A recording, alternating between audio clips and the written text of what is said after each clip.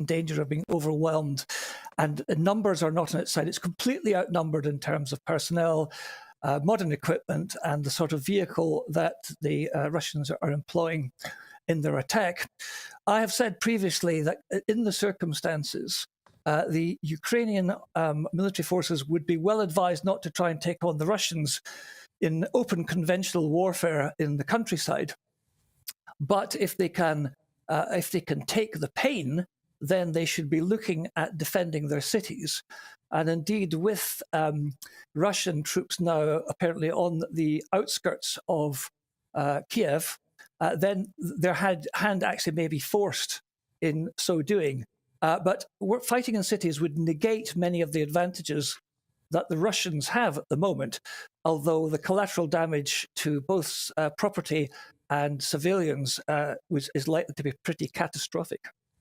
Yeah, I mean, we're hearing now that Ukraine is giving information to its citizens, particularly those in cities, to make their own homemade Molotov cocktails as a form of defence. I mean, it seems utterly unthinkable that civilians are having to defend themselves in such a manner. Well, I think when you're defending your homeland and your home city, then all means are acceptable. And Molotov cocktails actually do work. But you've got to be brave to take on a Russian tank with a Molotov cocktail. I think I should also mention, just in passing, that the photograph that's been shown of Ukrainian defenders lying across a road or across a bridge is purely for the cameras, because in actual fact, if they did that, then they would be very quickly disposed of. What the Ukrainian military needs to do is get into the buildings and fight out of the buildings and block the main thoroughfares by any means possible. And in the past, people have used trams, buses, block the main routes into Kiev and other major cities, and force the Russian armored columns into the side streets where they can be assailed from above and below from buildings. I mean, we haven't really seen anything yet, have we? There's been slow progress, some might say, for Russia on day one and day two of this invasion, but they're not even showing even a small percentage of the total military might that they can use. Apparently, we've had just the first echelon of Russian troops coming into Ukraine. How do you think the next few days are going to go? Well, it depends what the aim is. I mean, I think only Vladimir Putin knows exactly what he has in mind and what the ultimate aim is. He said that he wants to demilitarize and denazify, whatever that means, the eastern part of Ukraine.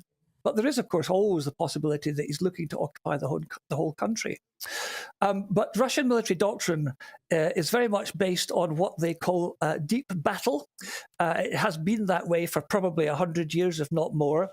And it's predicated on smashing through the enemy's outer defenses and then driving deep into enemy territory to dislocate, dismay, disorientate the defenders.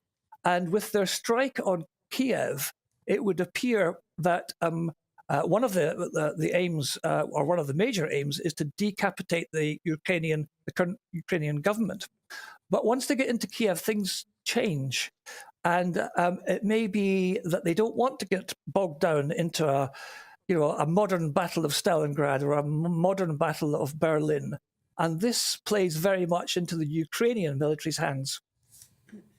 I mean, Putin has said again that he would reopen democracy if the Ukrainian army were to stand down. We know that there will be no Western boots on the ground. Ukraine is not a NATO member state.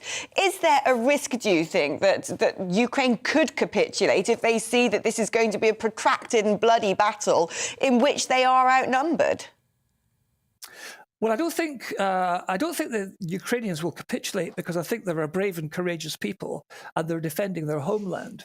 However, all military operations and conflicts and wars are eventually ended by negotiation and compromise. And it's a bit like a card game, really. Nobody knows what Putin really wants, but he may be seeking to capture more than he actually requires for his ends, in order to have a trading position when it comes to the post-armistice negotiations. From the Ukrainian point of view, I think they need to salvage what they can out of a very grim situation. But you're quite right. I don't think they can hope for any help in the form of British or NATO troops entering the country, because that would throw up the spectre of a war between Russia and NATO, and neither side wants to go down that path. Thank you ever so much, Lieutenant Colonel Stuart Crawford. Well, let's now discuss everything that's been going on with former editor of the Daily Star and broadcaster Dawn Neeson. I mean, Dawn, we've got NATO meeting as we speak. A remarkable tweet's been put out by the former president of the European Council, Donald Tusk, who has said, in this war, everything is real. Putin's madness and cruelty, Ukrainian victims, bombs falling on Kiev. Only your sanctions are pretended. Those EU governments which blocked tough decisions, Germany, Hungary, Italy, have disgraced themselves. Yeah, no, I quite agree. I do not understand why we haven't imposed sanctions. It needs to be a global effort. We all need to do this. Europe needs to do this. And yeah, I get the financial reasons, but surely 2 children have died already, as far as we're aware. Surely lives have to come first. And you know what? You watch that footage, Alex, and you can't help but think, Ukraine, it's not Afghanistan. It is a city exactly like Manchester, like London, like Newcastle, like Liverpool. They are us. They are living lives that we live. And to see those bombed out buildings now, you just can't get your head around what's actually happening. And can you imagine if you and I were sort of like in that situation and told to go home and make Molotov cocktails to defend yourself? I mean, it's just mind-blowing. So for the West to drag its heels over finance when children are already dying, and you've seen the horrific pictures of those poor children sitting in bomb shelters, where literally, a few months ago they were playing in their schools. You can't. I mean, I've actually got a friend who, until a few months ago was working as a hairdresser in this country, went home when she could see her family in the capital city, and she messaged me before it all kicked off, going to the salon, going to work as normal. Then the air raid sirens went off, and I haven't been able to talk to her since. I can't get hold of her for obvious reasons. And it was like, she's a friend. She's just a normal woman. She was doing the same things we do, Alex. She's going for a glass of wine with her friends. Yeah. She was going shopping. And now she's living in this hellhole that we can do more to help with. I'm not talking about boots on the ground, but the toughest financial sanctions surely has to be put into place. Yeah, Dawn, I couldn't agree more. I have friends as well trapped in Ukraine. It's heartbreaking. It's disgusting, frankly. That's it. Look, if you want to send your views, you are always welcome to do so. gbviews@gbnews.uk. Should Europe be imposing tougher sanctions on Russia? Frankly, to me, it is a no-brainer. You are with GB News on TV and DAB radio. It's time for a short break and a check on the weather forecast. Hello again, I'm Aidan McGivern. A fine Friday for most of us. Blue skies up and down the country for a good few hours.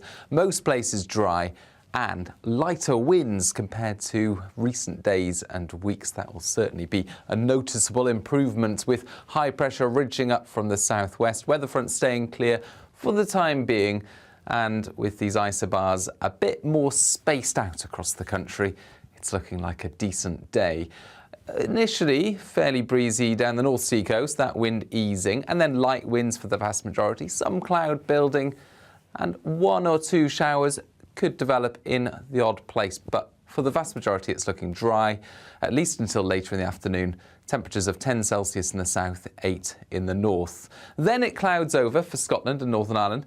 A spell of mainly light rain and drizzle crosses Scotland, a few spots there for Northern Ireland as well. And the breeze picks up towards the northwest, with gales for the Western Isles and for perhaps parts of the Northern Isles as well by the end of the night. With a breeze in the north and the west, it stays frost-free, but for, say, the southeastern third of the country, temperatures dipping close to freezing, or in some rural spots down to -1 or -2 Celsius. So a touch of frost to begin things for parts of England, parts of East Wales, first thing tomorrow. Plenty of sunshine though, we'll keep the sunny skies for much of England, Wales, bright skies as well for southern and eastern Scotland. But the further northwest you are, the thicker the cloud will be, and that cloud giving a few spots of rain for mainly the higher parts of western Scotland and Northern Ireland. It'll also be breezy towards the northwest, risk of gales at times for the Western Isles, but that breeze coming up from the south, so relatively mild temperatures in the double figures in most places. Then through Saturday night, a band of rain approaches from the northwest. That will push through during Sunday, weaken, and so for many places, Sunday is another fine day.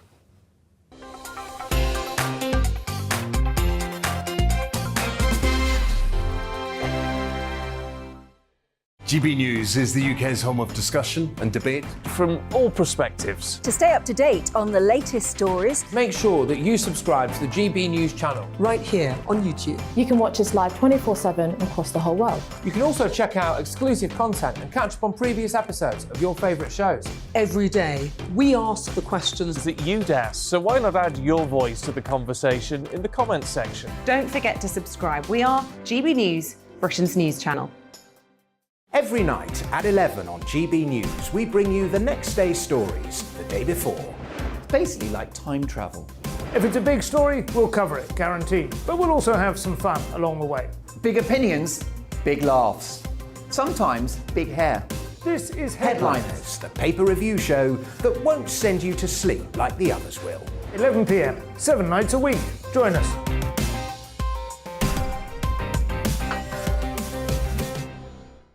Hello there, I'm Eamon Holmes. And I'm Isabel Webster. And we hope you can join us for Breakfast with Eamon. And Isabel. You make me laugh out loud, belly laugh. Is that important first thing in the morning? Yeah, absolutely. And there's me trying to be deadly serious. News is a serious business. Yeah, I have to rein you in sometimes. Well, it doesn't stop us laughing at it. It doesn't stop us having an opinion on what's going on. Yeah. And it certainly will not stop us reflecting what you think. Weekdays from 6 to 9:30 on GB News.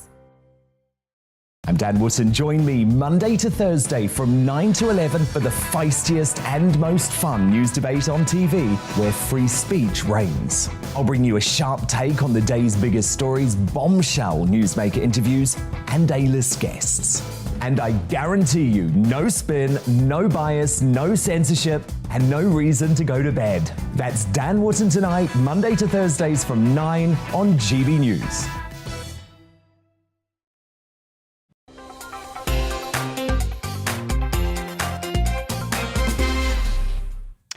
Welcome back. Well, NATO Secretary General Jens Stoltenberg is currently giving a statement on Ukraine in Brussels. So let's see what they are saying.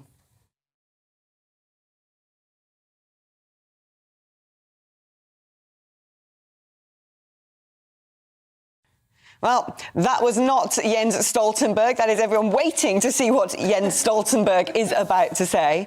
But with NATO about to, well, they have been meeting and the Secretary General will be making an address and a US drafted resolution condemning Russia at the United Nations today.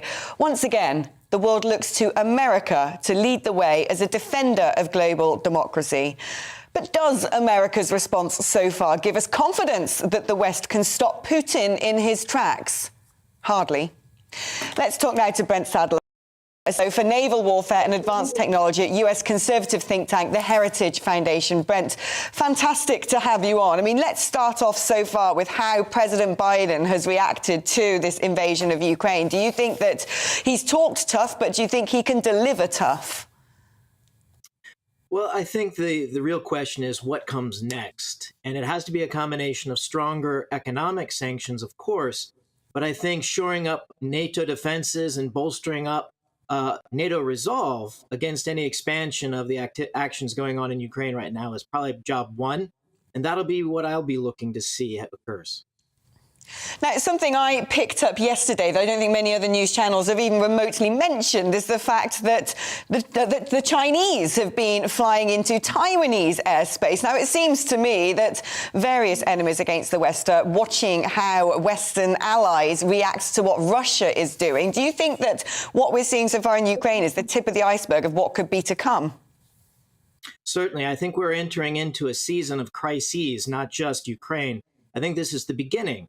The season in, or the water and the conditions in East Asia, specifically South China Sea and the waters around Taiwan, start to settle and making it more likely you could have a conflict or a scuffle with small boats and fishing trawlers like we've seen in the past. So we're definitely entering into a season of crisis in Asia as well. And these air incursions into Taiwanese airspace, we've seen this throughout all of last year in levels that are historic. It looks like we're about to pick back up where we left off just a few months ago. And much like Putin has positioned his forces over the last year, the Chinese likewise are conditioning their targets and conditioning their military for perhaps next steps. I certainly wouldn't discredit that is a distinct possibility.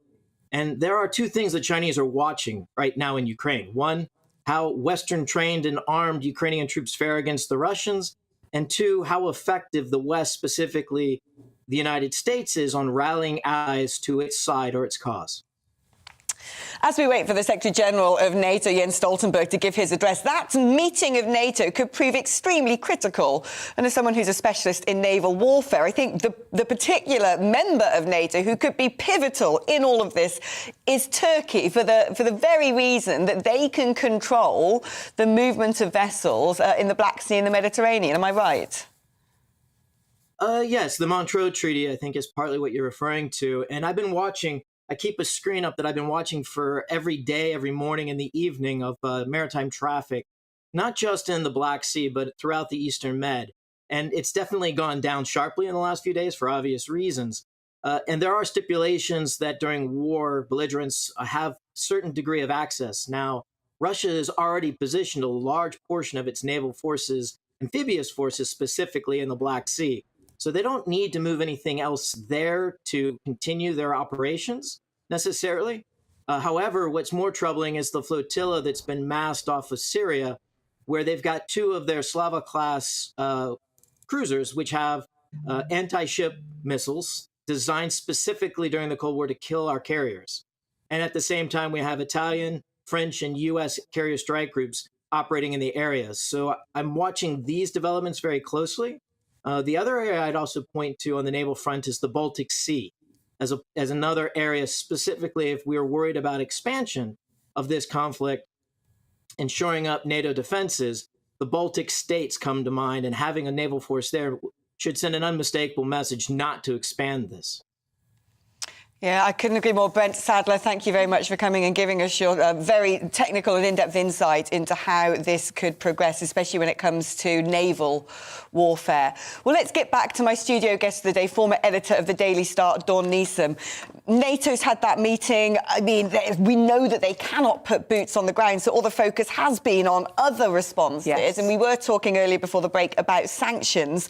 And it's fairly horrifying, isn't it, that it seems to me that the sort of soulless capitalism that seems to drive the world markets, drive the Eurozone, underpins, the integrity of the EU, is what's leading here, not the cost to human lives. Totally. It's in particular Germany, who we know rely very, very heavily on Russian gas supplies. They've even broken the sanctions that were put in 2014 when Crimea was annexed by Russia.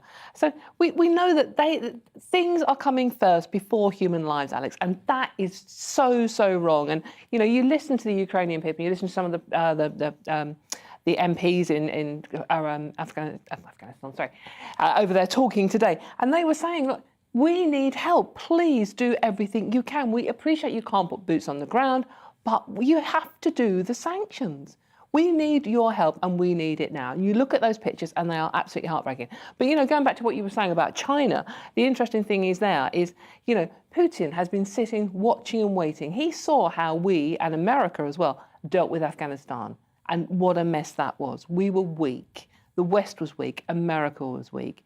He also saw how we dealt with the Salisbury poisoning on our own soil, Alex. We did nothing.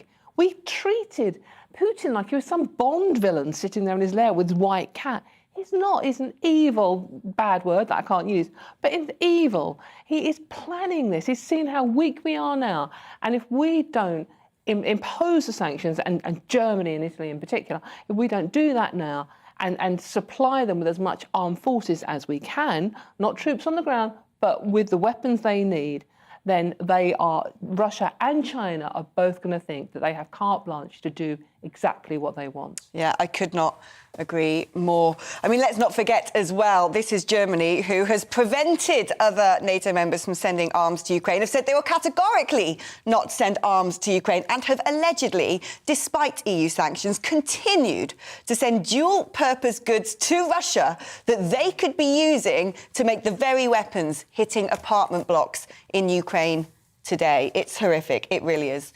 You're with GB News on TV and DAB radio. Coming up, Chernobyl radiation levels are on the rise as the nuclear site has been seized by Russian troops.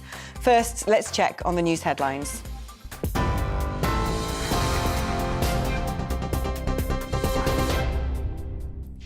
Good afternoon, it's 2:33. I'm Rhiannon Jones in the GB newsroom. Russia's defence ministry claims its forces have captured a strategic airport outside Kiev, cutting the capital off from the west. Ukrainian military vehicles are now entering the city, ready to defend it. That as Ukraine's defence ministry claims more than 1,000 Russian soldiers have been killed so far in the conflict. Overnight, residents sheltered underground during missile strikes. The UN's warned up to 5 million people could be forced to flee the country. At the NATO virtual summit in Brussels just moments ago, Secretary-General Jens Stoltenberg said Russia's shattered peace on the European continent. The Russian Formula One Grand Prix has been cancelled, the latest sport to react to the invasion of Ukraine. It was due to be held in Sochi on September the 25th. It follows UEFA's confirmation this morning that this season's Champions League final on May the 28th will no longer take place in St. Petersburg. Instead, it's been moved to Paris. The Kremlin said it regrets the decision by European football's governing body. A man has pleaded guilty to murdering primary school teacher Sabina Nessa in a park near her home last September. The prosecution have said Kochi Salamaj drove to London from his home in Eastbourne to carry out a premeditated and predatory attack on a stranger. They've also said the 36-year-old garage worker attacked Miss Nessa with extreme violence. The UK's COVID-19 vaccine rollout has been praised by a public spending watchdog, despite millions of doses being wasted. A report from the National Audit Office said delivering jabs early helped save lives and reduce serious illness and hospitalisation. TV online and DAB Plus radio, this is GB News. We'll have a full update at the top of the hour. It's back to We Need to Talk About with Alex in just a moment.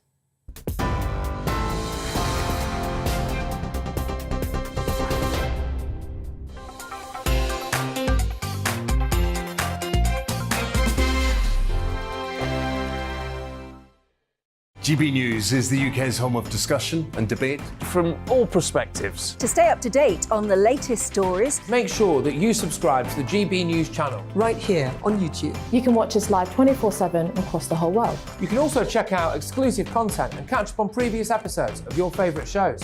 Every day, we ask the questions that you'd ask, so why not add your voice to the conversation in the comments section? Don't forget to subscribe. We are GB News, Britain's news channel. Every night at 11 on GB News, we bring you the next day's stories the day before. Basically like time travel. If it's a big story, we'll cover it, guaranteed. But we'll also have some fun along the way. Big opinions, big laughs. Sometimes big hair. This is Headliners, the paper review show that won't send you to sleep like the others will. 11 p.m, 7 nights a week. Join us.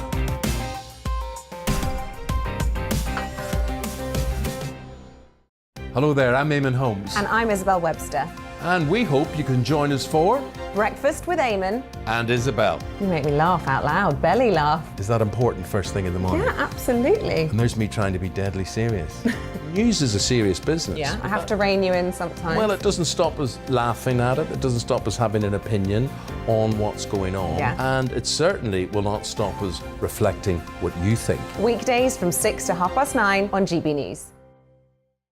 I'm Dan Wootton. Join me Monday to Thursday from 9 to 11 for the feistiest and most fun news debate on TV, where free speech reigns. I'll bring you a sharp take on the day's biggest stories, bombshell newsmaker interviews, and A-list guests. And I guarantee you, no spin, no bias, no censorship, and no reason to go to bed. That's Dan Wootton tonight, Monday to Thursdays from 9 on GB News.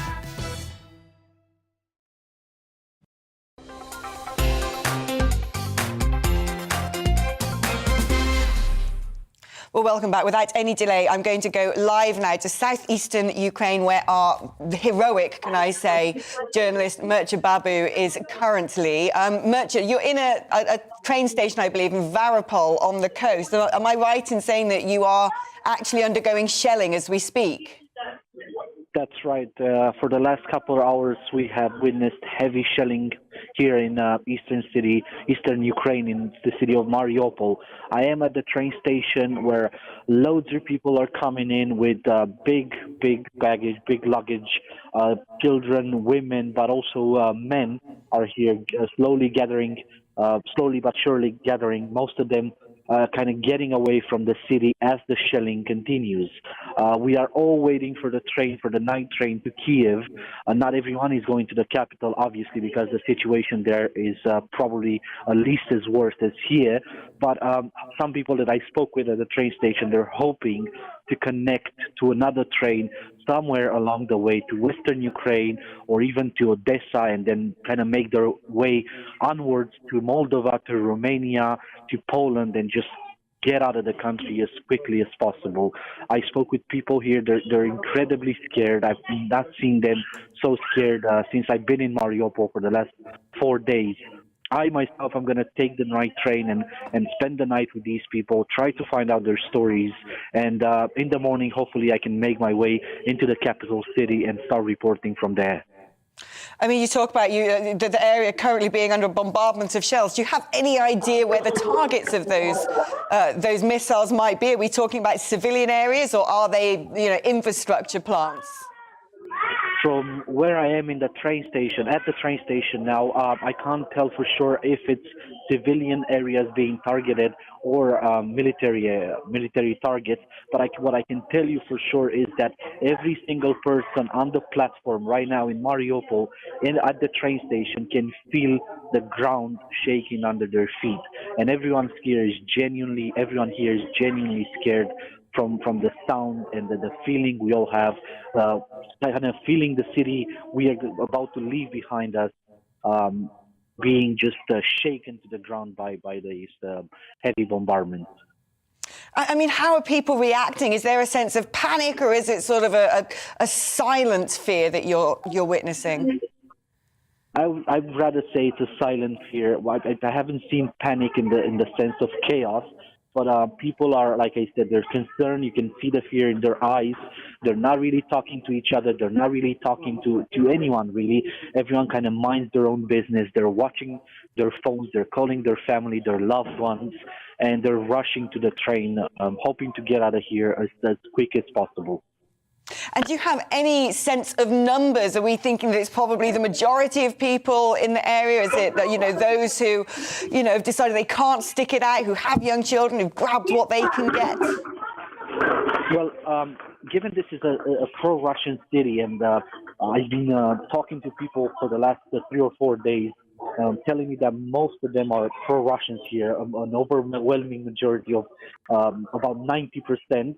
What we're seeing now at the train station, probably, I can't say for sure, obviously, but my guess is that there are that 10% of pro-Ukrainian people living in Mariupol, slowly but surely realizing that this is no longer a city where they can feel safe with their political and social view. And that 10% out of 500,000 inhabitants, that's a lot of people right now. So at least 40,000 people at the moment in Mariupol, or, for the last couple of days, have been trying to make their way out of the city. If that's what, based on the numbers and the statistics and talking to people. But at the moment at the train station, what I can tell you, I've seen about 200, 300 people in the last hour coming in with the luggage, rucksacks, whatnot.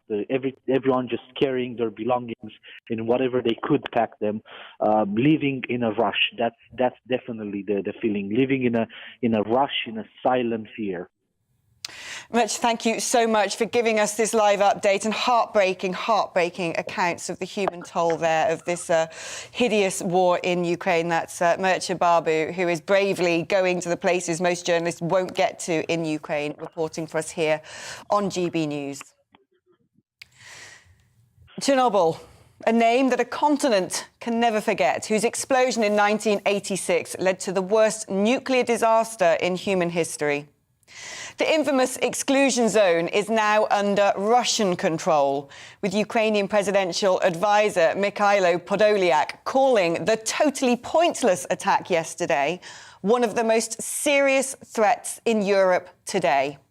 Now, radiation at the disused nuclear plant is reportedly exceeding control levels.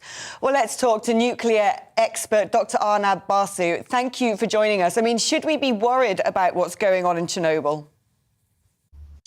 At the moment, of course, the risks that we are seeing and elevated sort of radiation levels within the exclusion zone are probably being caused by the disruption to the soil and surrounding areas by movement of material, tanks, vehicles, and so on. So those are reasonably can be localized. The containment is easy, but of course there is a huge amount of radiation within the reactors itself. Although the risk is low, but any big large scale disruption either to the outer shell, which is at the moment containing the actual reactor, and can cause real problems. And secondly, that place is managed very, very carefully over the years by many skilled people, and it's very hard to say what is going to happen within the conflict time. Whether this facility will be managed properly, whether there'll be enough personnel, skilled people there to really look after it. And if it wasn't being managed properly, and if we did see those radiation levels continue to go up, I mean, what is the risk to the continent of Europe? Is that something that would affect only Ukraine and the surrounding areas, or is that something that, the wider continent of Europe should be deeply worried about?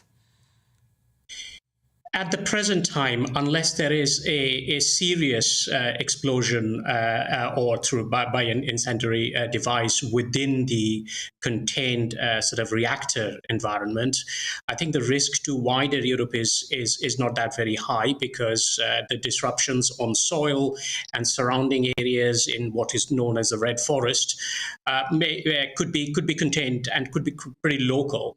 Two risks really: big explosion, big sort of disruption, or fire in the neighborhood. Although winter means that the probability of fire in the forest is pretty low. So at the moment the risks are low, but of course this contains a lot of radioactive material, and radioactive material in hands of bad actors could be a source of worry. Because that could be used in devices which are known as nuclear dirty bombs, which are not really nuclear bombs, but conventional explosives mixed with a little bit of radioactivity or radioactive sources. That's more of a concern, I think. So I think our surveillance of movement of nuclear material, our detection sort of capability, and so on, really needs to be sort of ramped up, and we need to be very vigilant that radiation sources are not ending up with bad actors at the moment. Yeah, Dr. Arne Basu, thank you so much for coming on and explaining that to our audience. Well, let's talk now to a friend of this programme, Dr. Alan Mendoza, who's the Executive Director of the Henry Jackson Society. I mean, Alan, there's so much going on today. I don't know where to begin. We've had the NATO meeting. We've got the UN Security Council once again meeting. And then you also have Eastern Europe saying, please, Western Europe, you've got to do more. I mean, are we in a situation now that we've underestimated Putin before? Should we be concerning ourselves with risks to Estonia, Lithuania, Latvia, Poland, Finland? Of course. I mean, the reality is Putin's had his green light to go in by our lack of action to stop him. I mean, think about it, Alex. We've had weeks when we've been told he will do this, he will do that, he will invade here, these are the plans, provocations. We knew his entire battle plan, and we did nothing to stop him, essentially. We put a couple of sanctions on, we keep on putting piecemeal sanctions on. Now, if you're the dictator of Russia and you see this weak response, do you decide that actually I'm going to keep on pushing on? Why should I stop at the borders of Ukraine now? I'm going to have a little crack at, maybe the Baltic states, or maybe I'll go over the borders of Ukraine into some of those countries that I think should still be mine from beyond. So, unfortunately, what we've done thus far is embolden Putin, convince him that might is actually an easy option for him to take, and that's why he continues to advance in this aggressive fashion. And we had Defence Secretary Ben Wallace reaffirming again today no British boots on the ground. We will not be in combat with Russian troops directly, given that would trigger a wider war across the entire continent of Europe. So what is it that we can do other than this package of sanctions, which even Donald Tusk, the former president of the European Council, has called utterly disgraceful? Those weren't his exact words, but he's called out Germany, Italy and Hungary for watering those down. What can we do as the West now to to stop Putin in his tracks. And it might be too late to save Ukraine, but stop him having even grander ideas of what he can get away with. Well, I agree with Ben Wallace that we don't want to be fighting the Russians. That's obviously not in anyone's interests. However, the idea that there should be no boots on the ground in Ukraine is a mistake, a huge mistake. It should be quite obvious that we should be establishing a safe haven in the west of Ukraine, where our troops move in from their positions, having been invited in by the legitimate Ukrainian government. They should be taking up positions in that area and protecting the civilians there, as well as providing refuge for all those coming into that area. Now, the point of this is twofold. Number one, safe areas have been well established in many previous conflicts. All over the place, you've had these sort of bases set up. Secondly, let's think about this logically. We've got to have a place where free Ukraine is able to survive, so that any discussions afterwards are conducted from some principle of kind of governments talking to one another rather than one being completely defeated in that way. And I'm not, again, taking anything away from what the Ukrainians are doing on the ground. They're fighting desperately, but they are, being surrounded on three sides. That's a problem. And equally, what you want to be doing is also ensuring that Ukrainians fleeing from the east don't have to leave Ukraine. They can stay in Ukraine in the western part, pending whatever may happen next. But clearly, to rule out boots on the ground full stop is a huge strategic error on our part. Dr. Mendoza, thank you. There you go. Ruling out boots on the ground in Ukraine would be a strategic error. Dr. Mendoza, they're saying it is possible, with the agreement of the Ukrainian government, to put troops into western Ukraine under their invitation. Now, as snakes of traffic clog up Ukraine's transport arteries with desperate citizens fleeing for their lives, and we heard some of that earlier with our brave reporter Mircea Barbu on the ground in Mariupol, Poland has prepared 8 points to process refugees at their border, and according to US estimates, it could total more than 5 million people part of that mass exodus. Bordering nations of Moldova, Latvia, Slovakia and Finland have also pledged their support as humanitarian disaster looms. Joining me now on the show is spokesperson from the UNHCR, Matthew Saltmarsh. Matthew, do you think this is going to trigger another refugee crisis? And should Britain be saying, come here, we'll provide you with a safe haven? Good afternoon. Well, we've already seen significant movement and displacement within the country, within Ukraine. Obviously, that's been apparent. Yesterday, we were citing estimates of around 100,000. It seems quite likely that will be much higher today. And then in terms of moving towards the borders, of course, as you've been showing, there are significant numbers. So far, according to government estimates on those borders earlier today, 50,000 had crossed, most of them into Poland, but significant numbers into Moldova and to a lesser extent, Hungary, Slovakia and Romania as well. So there is movement. Obviously, we would thank those countries on the borders for extending that welcome. The management of that situation is with those countries. They will obviously have support from the EU, and we thank the EU for standing with them. They'll be setting up reception centres and providing that initial support, food, medical care, coverage, documentation, and so on. After that, we'll have to see how the numbers progress. It very much depends on what happens on the ground, on the military conflict, how many people choose to stay. For many people, they can't leave because they have family, maybe elderly relatives who are there. It's too dangerous to move. So in terms of the absolute numbers, it's very difficult to say. But to your question about the UK, well, at the moment, we've made an international appeal. And that will be updated early next week. There's going to be a huge demand for money, for financial support.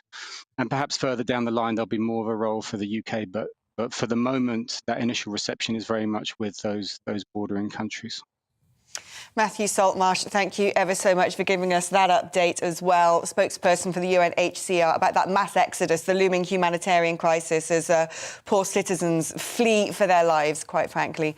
Dawn, is heartbreaking. Let's just finish by talking about what is going on. What are your big highlights for today's headlines in this just frankly horrific situation? Well, I mean, I just want to pay a tribute to the bravery of the Ukrainian citizens, and in particular the one story that caught my eye this morning was the story of Snake Island, where there were border guards. There were 13, 14 of them, lads. Yeah, Snake Island is this small sort of isolated island off the coast of the coast, Ukraine. and they were basically border guards. And a Russian destroyer pulled up and said, "Surrender now, lay down your arms, and we'll be fine."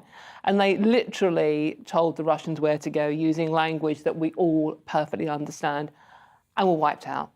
And I just think that sums up the fighting spirits. The Ukrainians are as a friend out there, an incredibly brave, proud people, and they will not give in lightly.